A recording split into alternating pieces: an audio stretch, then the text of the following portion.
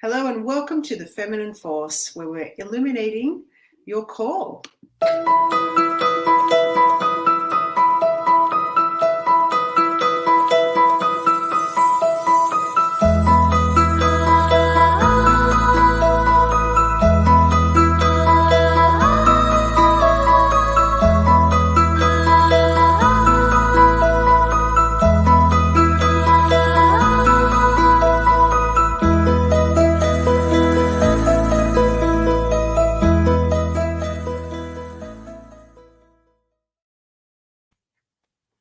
Thanks for joining us today. We're here to create a beautiful space for mums and women so that you can all feel safe and come and learn maybe some new things that might help you out.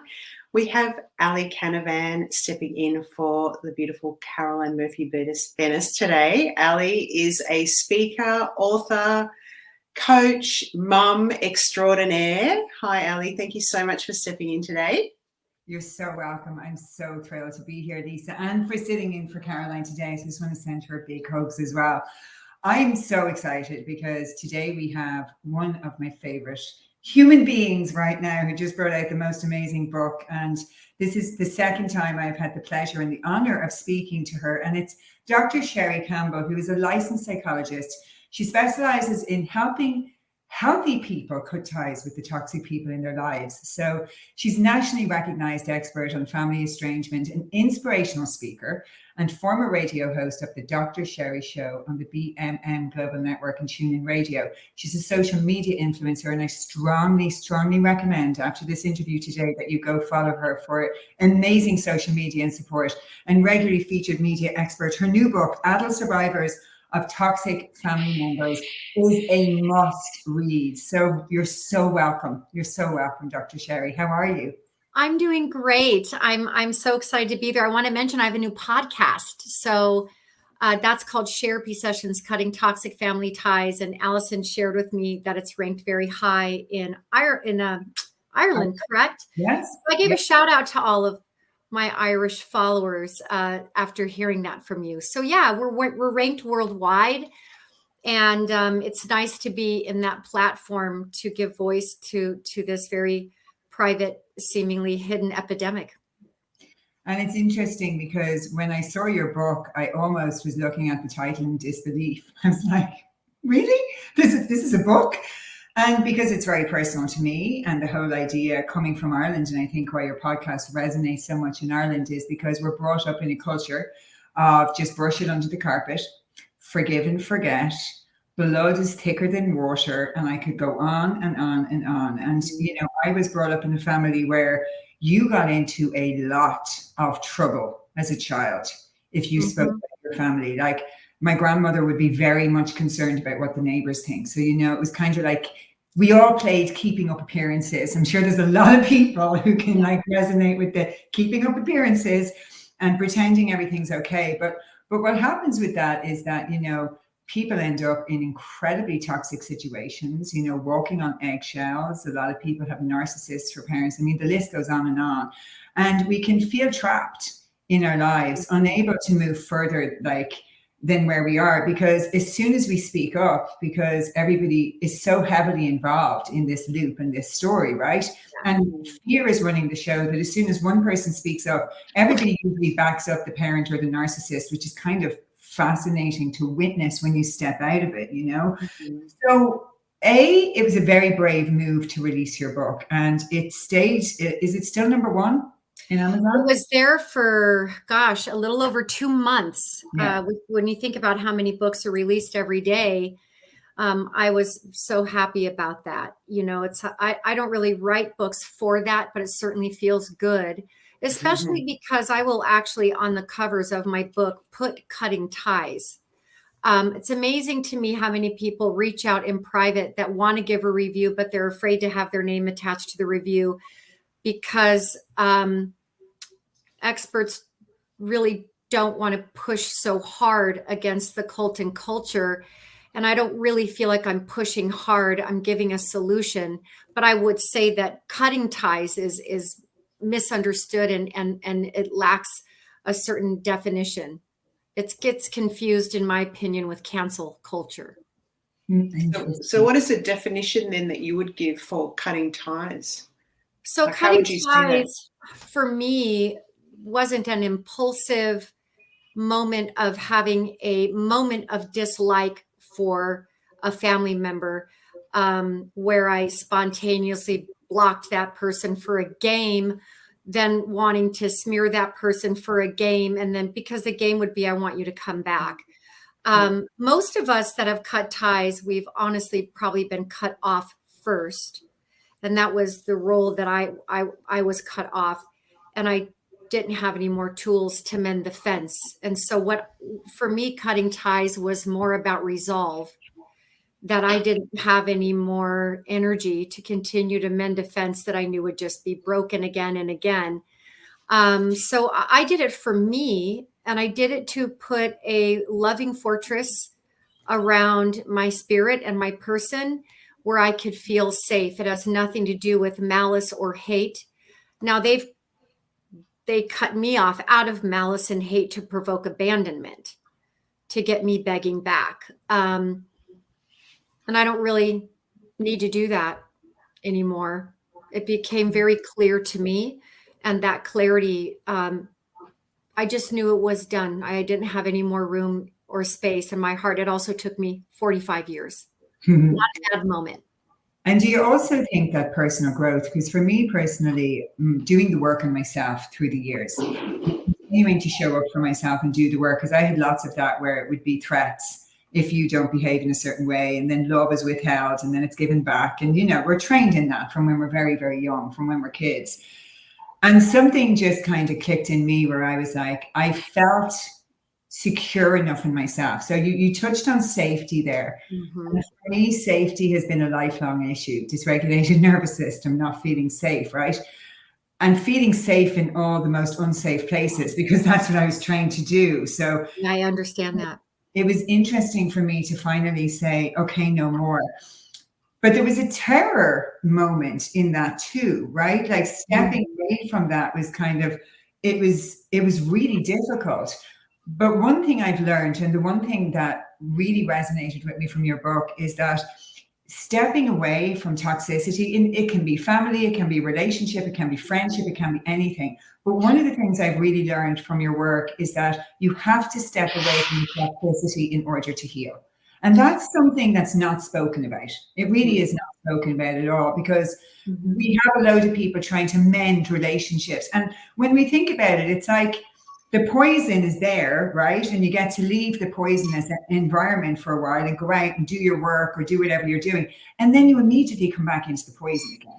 So it's so true. How can you heal when you're constantly taking a dose, another dose, another dose? You can't. I think that what I tried, because the literature and the research was falling short in so many ways. Boundaries, books on boundaries are written for a healthy person to another healthy person. They weren't written in the way of, well, then how do you set boundaries with a toxic person? It's completely different. That boundary setting is wildly different. I also feel that I did not feel safe when I cut ties. I just was done. It was a very different feeling than safe for me. It was done. It's an odd feeling. There was no more. I couldn't do more. And me being an overachiever, probably to try and gain love and to access love or validation, when I'm out, it was really one of my first experiences of actually being done, because I don't really know a space of done. I know set another goal. So that feeling for me didn't feel safe. It just felt very clear. It just was clear. I was in quite a bit of fear for my first couple of years, Allison. As you know, I sort of sat at the door with my ear glued to the door of where my family was, because what I didn't know is, in not mending the fence, how sadistic and vicious they were going to become to abuse me back in. So I stayed stuck there, and there was this life out yonder. I didn't even know was there, because I was wanting to know how to protect myself in this realm, because I'd never been here. It's like in Stranger Things, I feel like I was in the upside down world. And I have the where they get stuck and they don't know how to cope there. I was there and couldn't figure out what happiness or life or trust in people would be like. So I stayed over here because I just didn't want to wander and have my back turned and get annihilated somehow. And so that was a process for me of becoming safer. And that's interesting you say that, because that's exactly how I felt for a couple of years. In fact, the year running up to cutting ties, I felt, so paranoid, of everything and everyone. And, not really, like, everyone around me, I was suspicious of, right? Because they call in flying monkeys from everywhere, they bring in everyone. yes. Yeah. They bring in your friends, they bring in anybody that they can think of, right? And they tell their story too. So you can feel like you're on an island on your own, very much so. And that's also part of their plan as well, is to isolate you so much that you're far too scared to make a break or to get strong enough to do anything. And it's all part of the game. And even for the year afterwards, I was like, I remember the phone would ring and I'm like, will I answer that? Or are they ringing because they were asked to? Or if a message would come in, I'd be like, have they been sent in to me to try and get information about me? So I really resonate with that. But if somebody's listening today, and this might be the very, very first time that they're actually hearing a conversation like this, what would you say to someone that's going, oh my gosh, this is my life? I thank God I wrote as a little girl. I sort of felt like a ghost in my life, sort of watching it, but the reality of it was so harsh that I didn't really like connecting too much into my body. So I had stuffed animals and Little House on the Prairie. And I found my way into a fantasy family and ways to have permanent object relations with my stuffed animals. Annie, the movie and the songs, Hard Knock Life, The Sun Will Come Out, those things sort of kept me grounded to maybe the narrative about myself that perhaps I thought would be true, fighting against a false narrative. So if someone is hearing this today, what I know has helped me to stay very healthy is that I kept writing myself back into existence so that I wouldn't really lose myself to the false narrative. And I know not everyone writes in a journal or whatnot, but whatever way that you can stay connected to what you know to be true, I think that probably really helped me to not become toxic myself. I was externalizing it at least somewhere. And I did end up in therapy at 16. Because as I became more of a woman, my mother did not see me as her daughter as much as competition. And I stopped eating. Thank God I'm a emetophobic, because truly I'd rather be stabbed in the face than throw up. But I don't feel like I stopped eating because I felt like a weight issue. I think I just needed control over something or anything. So if I ate good food, according to what my mind said good food was, I was a good girl. And it disempowered my mother's ability to define me. I'm not recommending this as a coping skill, by the way. I did have a therapist and I did write a lot in a journal, but never ever thought I would write a book. It was never in my intention when I got my PhD. I just love the privacy of working with people. And I would also say that you get to set the pace on how you can connect your body to your truth in maybe some gentle doses. We all sort of disconnect a little bit when we're being abused. To be in the body is an incredibly harsh reality. All of our feelings live there. When I look at the divine feminine, or what I have read on the feminine, but when we're in our heads, we're very masculine. When we're in our bodies, we're very feminine. And the body was a painful place for me to be. And so it's always, I think, a process of reconnection. but I think you need to set the pace. I learned when I was on the other side of the door, no expert had written about my questions. What do you do when they die? What do you do when everyone around you is saying, I know, but it's your mom, or she surely didn't mean it that way, or, why do other people to be okay in their life need to be good with my family dynamic? Like, why is this such a powerful thing for you? I don't get it. Fix your life. I'm doing my thing. I feel pretty good. So I had a cultural kickback I didn't know I was going to have at all. And it's I'm like, why interesting. do I have to explain? And why is it important to these people? And I feel now, so after the years, it's really interesting because after the live we did on my Instagram, yes, I had people reach out to me, and I won't say who they were, but I had people close to me, people close to my family. I had friends that I haven't really spoken to in Ireland, and every single one of them wrote to me and said, I'm so sorry. I fully understand now exactly why you did what you did. And I just remember reading those messages, not that I needed the validation, but what I realized in that moment was it wasn't about me. It was actually triggering a recognition that they have that this is what's happening to me too.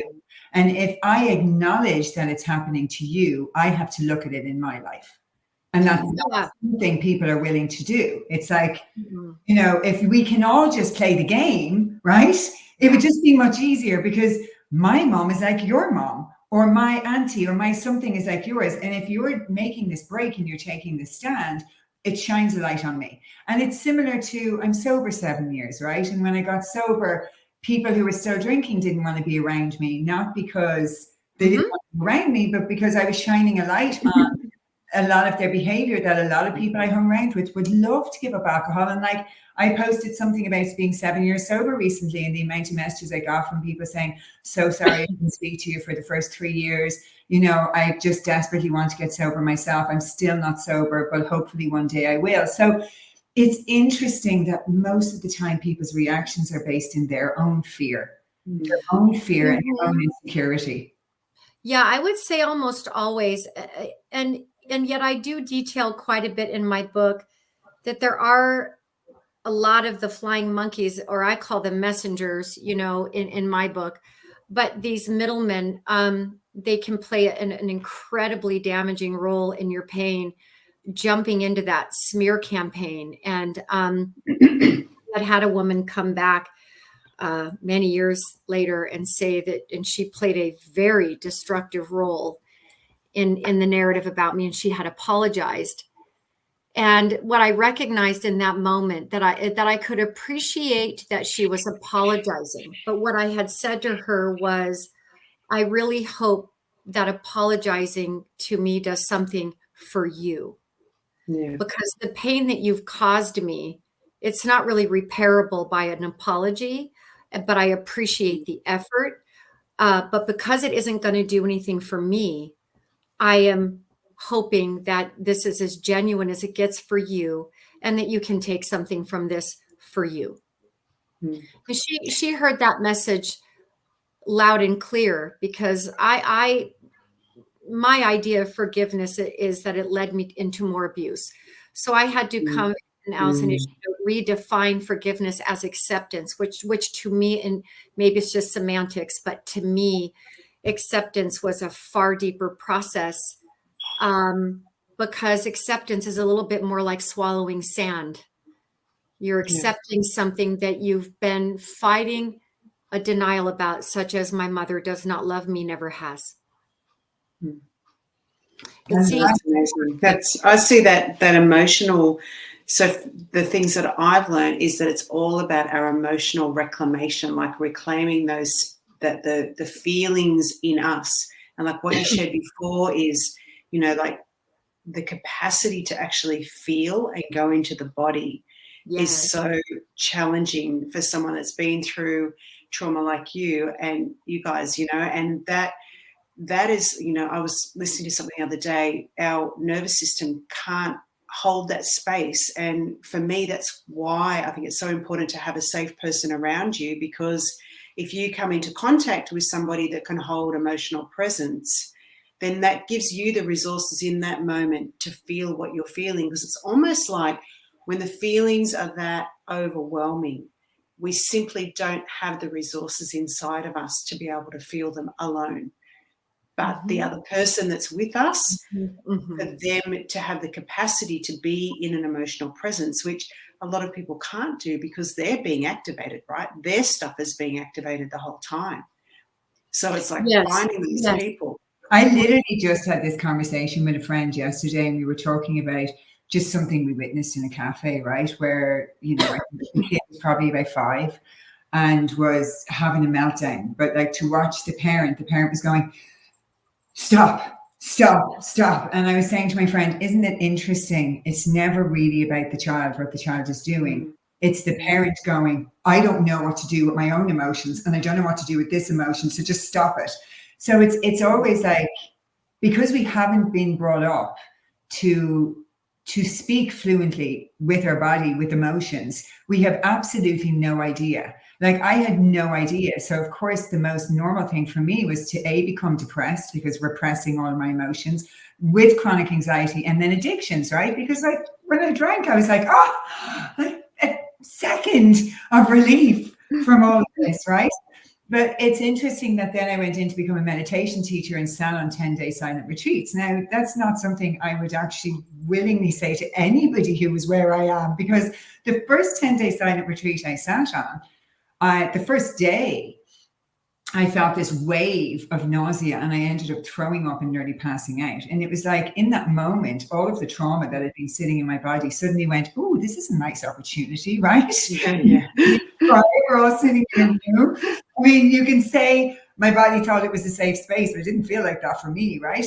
And there was no real space, because I remember training in UCLA and having this conversation with some of the professors, because I was like, people go on these 10-day silent retreats, right? And yes, the meditation teachers are trained, but there was nobody really there that day to help me understand what was happening. Like, it was just like, we'll sit with you and you're throwing up and this is happening. And then if you wouldn't mind going back and sitting on the cushion, right?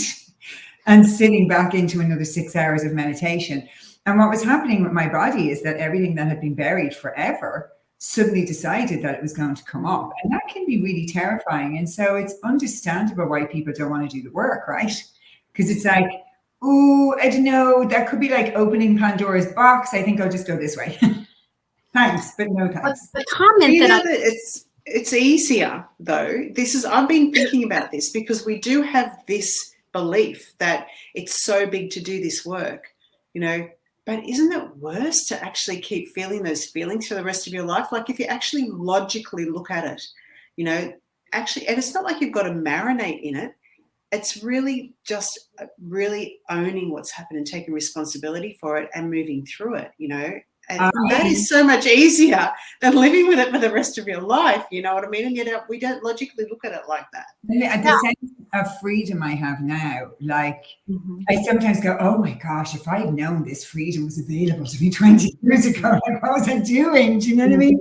It was almost like I had myself tied in chains and I jailed myself in some ways. Do you know what I mean? Yes. Now I'm like, oh, I just feel so free. I feel like I've been given, but it does require us to go through like a couple of dark nights of the soul and, you know, death and rebirth processes. Like, I feel like personally I've been through so many deaths and rebirths in myself, and I'm allowing this stuff to come up. And absolutely, like, is the work worth it? 100%. 100%. But, you know, for some people, it requires to let go. The whole letting go process is something like anybody that lives in this modern world. That's, you know, my Buddhist teacher used to say to me years ago, God rest him, Sargon Rinpoche, I'd walk into the room, I was only in my 20s, for a retreat, and he'd say, oh, here she comes. And he'd do this. And when I was in my 20s, I was like, I don't really understand why he's saying that about me, you know what I mean? He's saying, here she comes, she's hanging on so tightly, you know. Now at 44, I was like, oh, I wish he was alive so I could call him and go, I get it. It's taken me 44 years. Actually, I get it now. Yes, I'm with you. And that's what it was, this fear of letting go, right? So I was just this all the time. And actually, when we let go, that's when the magic happens. Yeah, you know, I'm working with 40 clinical patients in 4 days. I'm kind of insane. I definitely provide that space. I will say that in the new book, I also, well, one, I think that we get to pace our own healing. I think that it is wise for us to control the psyche and to take our time. I think that being mindful or patient in a process allows you to not have to repeat a whole lot of it. And so forward is a pace. It's one of my favorite things. It's not about speed, it's about direction. Forward is a pace. And I think that there's times that maybe we do sit and marinate in certain issues a little longer than others, depending on what the triggers are or what those triggers are connected to other triggers. And, you know, that healing is never healed. And I differentiate that in my book as well. But I will say that the real goal I have for my patients, knowing now that I've been and reached this space, because there was no footprints in the snow in front of me. So I'm out there blindly hoping I don't step in a rabbit hole. And I stepped in many. So, but I actually came to a space where I recognized that at the 1 yard line, I was the only one there, peeling myself up off the ground and hugging and kissing myself back to life, because ultimately at the 1 yard line, no one can do that for you. And I give people credit for my healing that really didn't do the work. It's like, if you look at a therapist, I see these people, they read my books, I adore them. I love my patients. I don't pathologize them. They're a human being. We connect human to human. But what I want them to know is that the best way to be held is to be held within your own sense of self and truth, however you define that. And it is a journey to get there. And we do need others always, but at the 1 yard line, it will always and only ever be you. You have to do your work. The therapist can make that space, open that door, but the client has to walk through that door. Then they come back and they report what they found on that beautiful journey or painful journey of wherever they've been. And I just orient them to their location. And we talk about forward being a pace. And I'm reintroducing themselves to the safety that has really always been inside of them, or they wouldn't be in my office.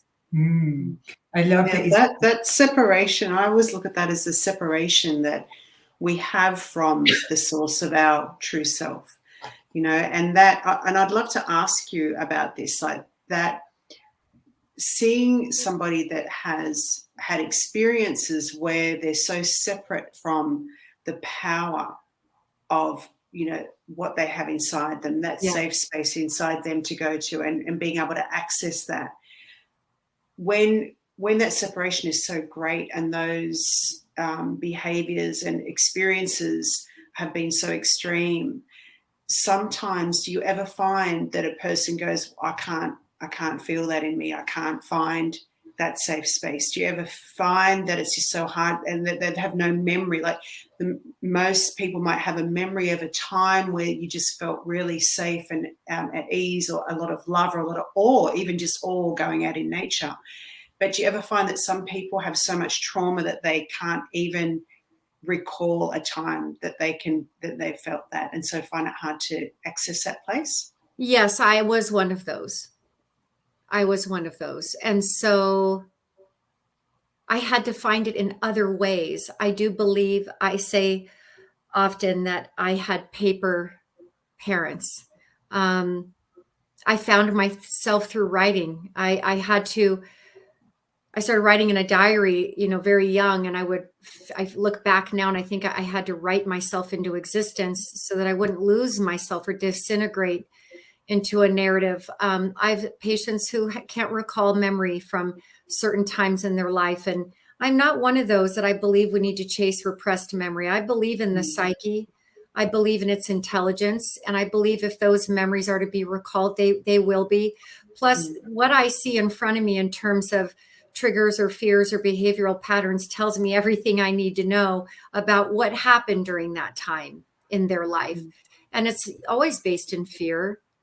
I think that psychology for a while there was really getting out of control on repressed memory, almost forcing these things out of people. And I just really believe in the intelligence of the psyche. And if there's something in there that needs to be so protected it doesn't come out, then I'm going to certainly trust that, because I need to replace whatever's there with another defense to help carry it. And I don't believe all memories need to be recalled. And I have many, many people who don't have safe memories in the family, but every person I've worked with, every person found a way to some level of safety, or they wouldn't be alive. They would have taken care of that. So and I always say, you're here. You're here. What got you here? Yeah. Whether you dissociated some, or you learned to kind of hide out and be invisible, or you cut ties, or however you did it. I think those skill sets are useful to healing.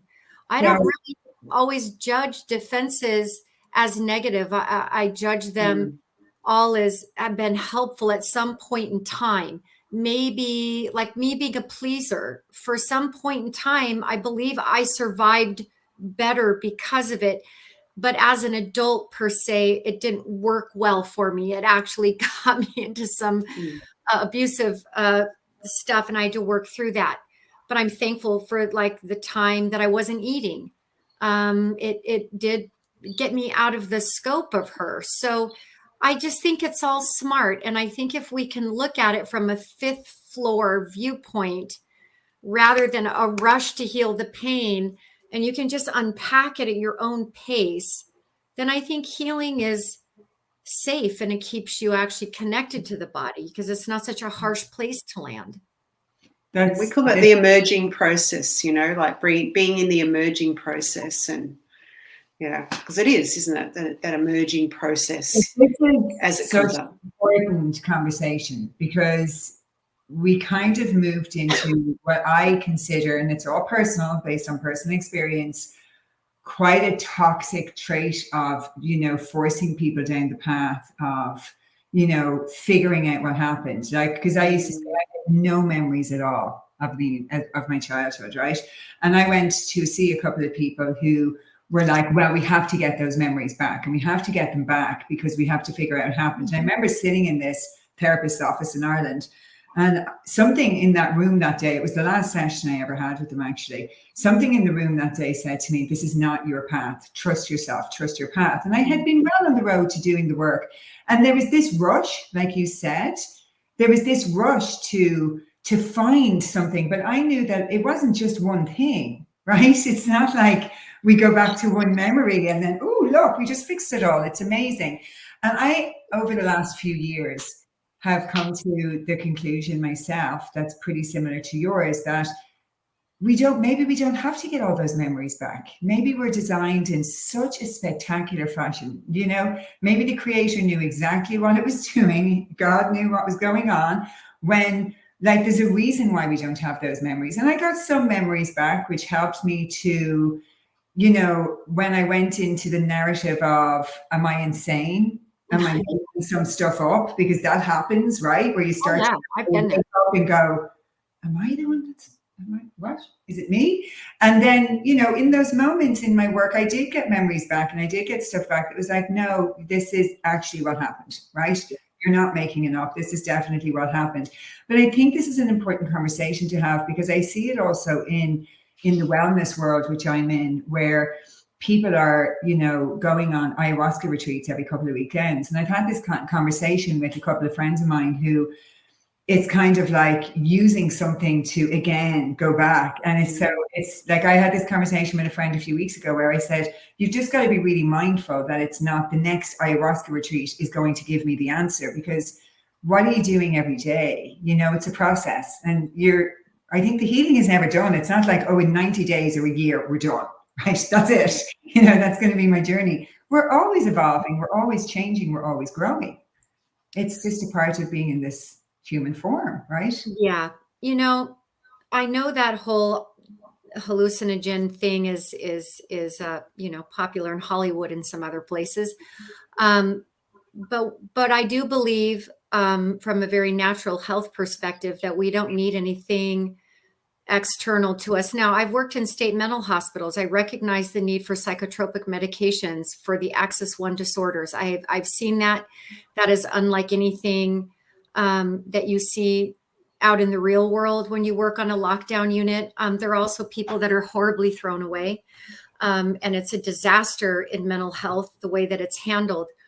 But what I've learned is that really nothing outside of me made my healing any deeper. Honestly, the deepest healing I've had is when I've been the most raw, the most terrified, the most vulnerable, and the most exposed, and the deepest in question of myself and my ability to get up and keep going.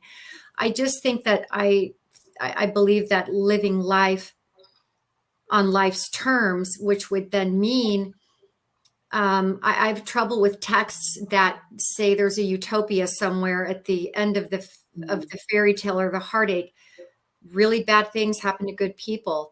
That's a fact. I think because I lived in such a dark space that I reached for information. I think information and education is incredibly healing. I turned Little House on the Prairie for many years was my fantasy family. Always will be thankful to Ma and Pa, the fantasy ones. At least it gave me an idea of maybe what it would look like. It helped me create a narrative of what I wanted it to look like. And I didn't realize I was using my stuffed animals to parent myself and to also parent them. So I got a lot of practice as a little girl. If I look back on it, daydreaming was super important for me. Writing my feelings down helped me connect to my body and to who I am. But I believe that also anything external, any substance, whether it's ayahuasca, LSD, whatnot, I've seen some people in state mental hospitals that take one hit of that stuff and they never come out of a psychotic state. So there is, to each their own. But I just think that real healing doesn't need anything. I think it's available. I think it hurts. And it's just, I love the simplicity of life is that it hurts. You feel gutted. It's not fun being in a body or a spirit that's feeling that type of way. I used to judge my healing process, and Allison, I don't know if you got to that part of the book yet, but I thought that if the healing didn't feel good, that I wasn't doing it. It was almost like the way that positive psychology and other aspects of mental health come off is that you should feel this empowerment and you should have all the things. And I'm sitting here going, I would really rather truly jump off a cliff than feel this way. Like I must be doing something wrong. And that part helped me to turn towards myself and love the part of myself that actually did want to jump off a cliff. And in the not too recent past, right, I had one of those moments. So that was interesting because like you, like I was through all the work or whatever through the years, there was a time I went through, like if I wasn't doing gratitude and feeling good, then all of these things that I was doing wasn't working. And what I realized over time is that actually being in that deep, dark pain is a huge part. Yeah. And I learned to befriend it. Yeah. I'm telling you that in the darkest moments. And loving it. I have found, loving it. I didn't love it. I can't say that I loved it, but I found myself raw, naked, but alive. Like I was there. And those are really precious moments now. I didn't understand them sometimes. I was going through a therapist, didn't understand. I didn't want to be given a label or diagnosed as depressed. You know what? I was freaking sad. And I had a lot of reason to be sad. But I really wasn't allowed to say why I was sad because then I was telling on people. And I might have been wrong. And I would prefer to believe my parents than myself because they're the authority and the power holder. And so, part of healing is going through some very dark spaces. And I just think that there's value in the valley. Yes. And be patient. We don't want to be patient. We're like, this is really uncomfortable and I want to get out. And it's like, well, I don't want to stop in the middle of chemo, and that's what I tell my patients, like, we're kind of in the middle of chemo. You're going to have some good days and bad days, but let's just journey through and see what other layers, come up. And again, I think that healing is a journey that I'm passionate about because it needs to be respected in its own right.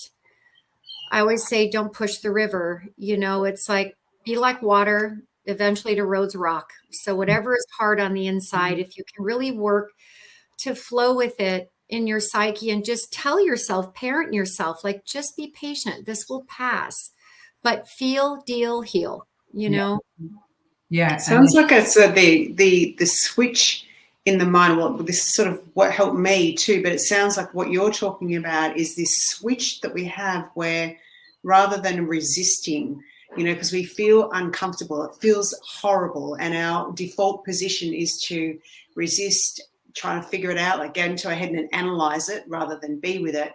But it's almost like seeing it differently, seeing it as the opportunity, and just practicing that whole way of just being with something rather than resisting it. It's like it's so key. Resistance, respect your resistance. We get so mean to ourselves. Respect the resistance. There's something about maybe the healthy part of justice that's trying to work its way through our system. And so I just think self-respect is learned through respecting and not being so mean or critical. If you're hurting, you're healing. I mean, it's not about staying in the hurt. That's very different. But I just think there's so many ways to respect the whole process and not label it. Yeah. I think if you're running off to do all kinds of external, you're not going to heal in a weekend seminar. I mean, I know they look magical. I know. I saw one the other day, like, heal your CPTSD. These are my 10 courses and you will heal your CPTSD. And I'm like, oh, she must be given lobotomies. Right? Because the amygdala and hippocampal areas, unless you remove those, then you're always going to have some CPTSD. The brain is built in a beautiful file system. And so why would you want to get rid of it? Learn to work with it. I feel like we need to meet our healing halfway. Yeah. And it's like, for me, it's about patience, it's about presence, it's about self-compassion, which was something that, I find it's very difficult for people. We live in a culture where people are very critical. They're very comparison orientated with each other, and they're looking to someone else. And I was the person, I was just laughing there when you were saying it, because I remember about 11 years ago, I saw a retreat in Ireland, and I was like, it was a weekend forgiveness retreat. And I thought, brilliant, I'll go spend the weekend forgiving my son's father, and then I'll come back on Monday and boom, it'll be done. Anyway, that was the weekend retreat that showed me how much work had to be done. And again, I mean, I respect everyone who's trying to help. I also feel it's important not to mislead. Yes. Because hope is such a magical, sparkly, innocent emotion. And everything takes time, and it takes humility, and it takes just a tremendous amount of resilience. And I just think that something about that process can be very misunderstood, and then people turn against themselves, like I did. I must not be healing the right way. Well, you can try every formula of healing that you want, but you're not going to be healed. If it's there, it's there. Yeah. And I've learned to just be like, why do I want to get rid of all this? Why not just pull it in and be with it? It's a part of my personality. It's a part of what makes me me. It just is. I don't really need to be getting rid of all of it. I was trying to throw all the trash out for a while, and I was mistaking treasures for trash. Beautiful. Dr. Sherry, I work with a lot of mums. And I think the thing with mums, when they have daughters and they see what's going on in their daughter's world, and a lot of daughters now have, teenage girls have so many mental illnesses and so many body image issues. And like, there's this incredible just pandemic at the moment that I feel, because I've got a 24-year-old daughter and a 15-year-old daughter. And in that 10 years, there's just been so much difference as a result of the fact that now there's this thing called social media that is, with them 24/7 if they don't have any boundaries around their phone. But one of the things that I've noticed is that there is no way through. There is no fighting this system. There's no fighting social media. There's no way to actually, force that to change. But the solution is in focusing on the connection and on using that emerging process. And like you're saying, it's not trying to get rid of it. It's actually like, let's use this moment between us to create more connection and more love. Let's use what's happening to feel more empowered in ourselves, because that is the solution. Because that also is a transferable skill, right? If you learn how to be in that moment and find your groundedness, your center, your peace in that moment, that skill can be transferred to any other future moments. So for me, I think there's so much frustration that mums especially are facing trying to fix their daughters, and and they're not good enough to be activated. I have a 17-year-old daughter, and I don't do anything with her phone. It's up to her. I don't want to invade her privacy or her independence. I think there's far too much of that. I accept social media for what it is, and I have an open door policy for conversation. She had, this story is kind of funny. So my boyfriend had brought out this salt. It had fig in it, but it looked like an egg. And so she thought it was a vibrator. Dying. She's like, Mom, on Instagram, on some of these Instagram, it's on there. She goes, because she had this face, and I was like, what's going on? And got in the car. She's like, Mom, I thought Scott brought out a vibrator. And I was like, what? I was like, what is that thing? She's like, yeah, Mom. She's like, it's not like I'm looking for it. And I'm like, listen, honey, I trust you. And this is my point of this story is I believe in her and I trust her. Yes. And so we ended up in a conversation, and 17-year-olds really, really are sort of shy on these topics. And so I was dying laughing because that was so funny that she thought it was a vibrator. And she's like, no, Mom, seriously. I'm like, okay, find it. Send it to me. I want to see what this vibrator is. I'm actually curious. And so it ended up putting us into a really sweet space of having fun, rather than why are you looking at vibrators, or me accusing her, or me going at her, or her feeling like if she did think that she couldn't tell me.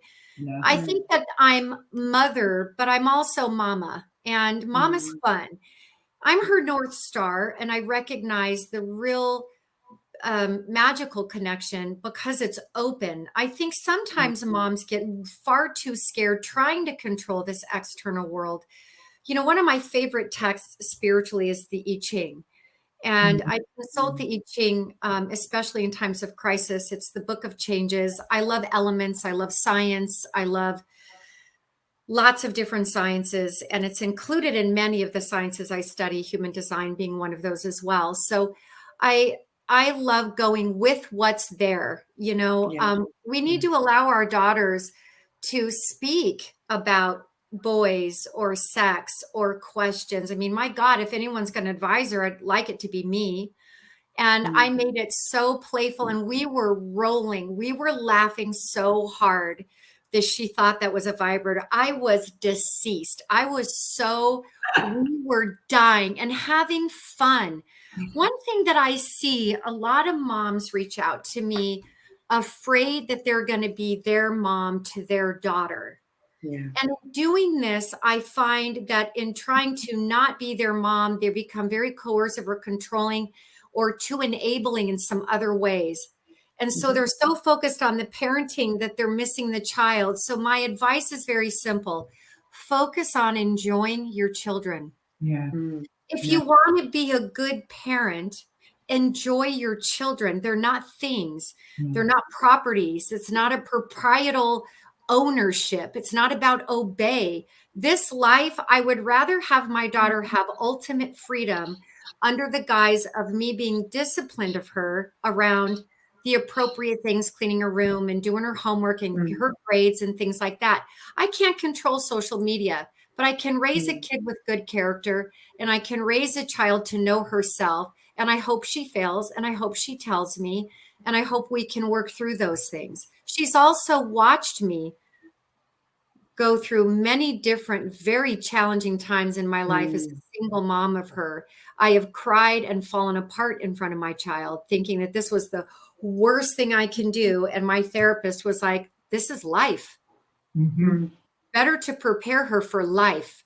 I didn't use her as my therapist, but Yeah. I have broken and shattered in front of my child a good 3 or 4 times over my lifetime. So of raising her. And I, again, would beat myself up at that at first, but it's right. It's life.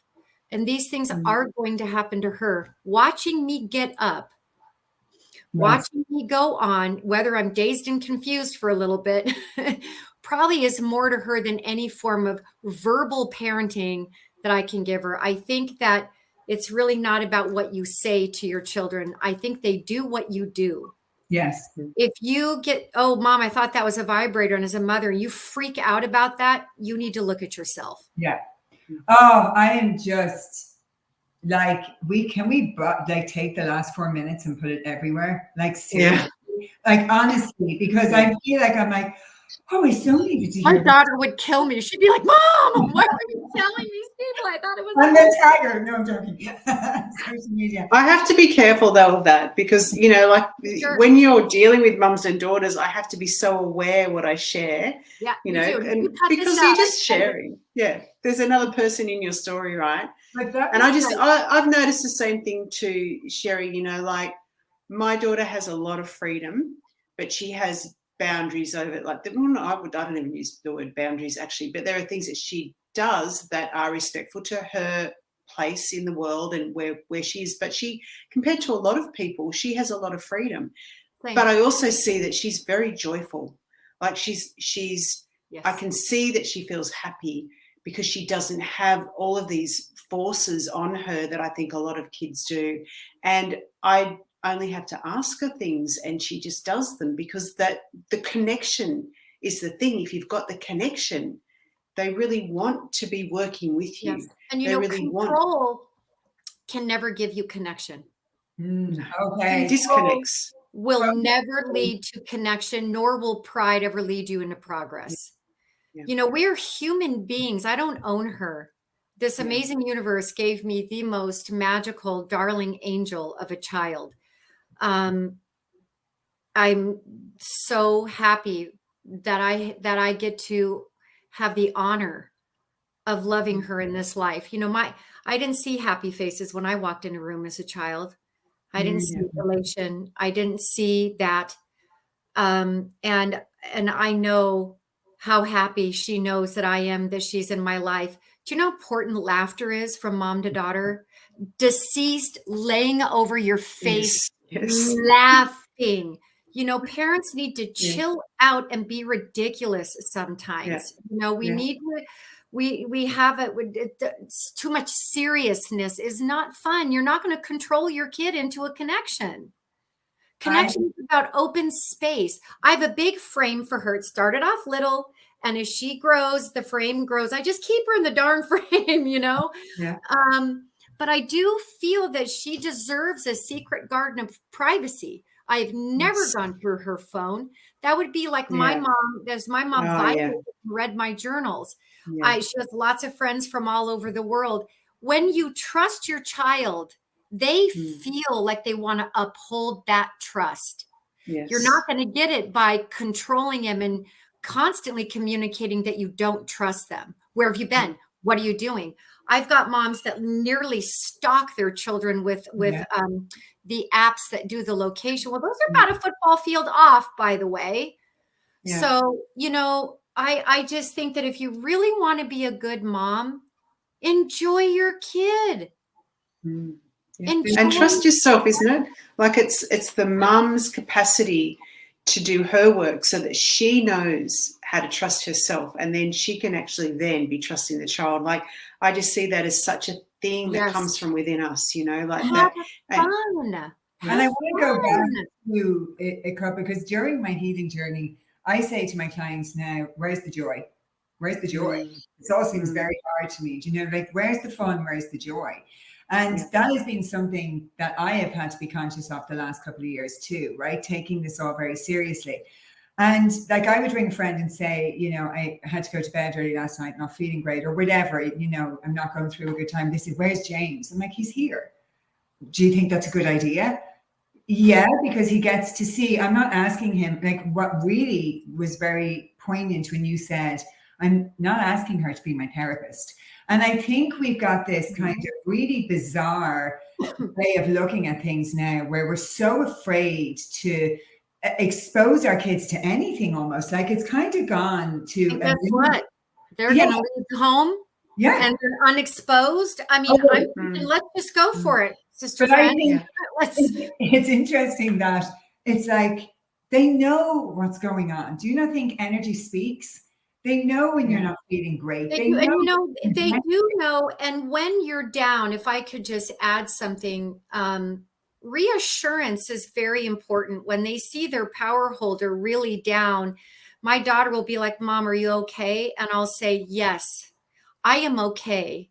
I am sad. I am grieving. I'm going through the things, but your mom, I'm okay. I'm going to get up and go to work. I'm going to trudge through the day. Every day when I've been in pain, are you okay? She hugs me.